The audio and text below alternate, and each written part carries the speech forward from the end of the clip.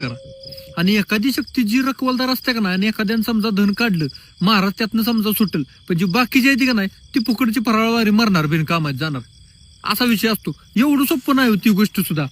आता धनाशी रिलेटेड म्हटलं का नाही, एखाद्याला बघा गावायचं म्हटलं तर ती कुठल्याही स्वरूपानं कुठल्याही स्वरूपात मिळणार. एखाद्याला पितळ भेटेल, एखाद्याला तांब भेटेल, एखाद्याला सोनं भेटेल, एखाद्याला चांदी भेटेल, काय पण भेटेल. आणि ती क्वांटिटी कशी असते, 10 किलो 20 किलो 50 किलो ही क्वांटिटी असते तिची, असा विषय. आणि बऱ्याच जणांना ती भेटलेली सुद्धा आहे, पण काय कायांना ती जया जातं, काय कायांना जात नाही. ही जया कोणाला जातं, समजा माझ्याच पूर्वजांनी जर माझ्यासाठी ठेवलं असलं तर ती मला जाया जाणार. आता माझ्या घरात समजा मी आहे, वडील आहे, कोणतरी भाव आहे किंवा बहीण आहे, कोण पण असू दे, पण पूर्वजांनी मलाच द्यायचा आहे, ह्या नालायकासनी द्यायचं नाही का. तर ही कुठं काय परिस्थितीच असेल, कोण दारू पित असेल, कोणाचं काय कर्म वाईट असेल किंवा काय, असा विषय. जो घरातला चांगला व्यक्ती का नाही त्यालाच ती धन. वाईट माणसासनी पण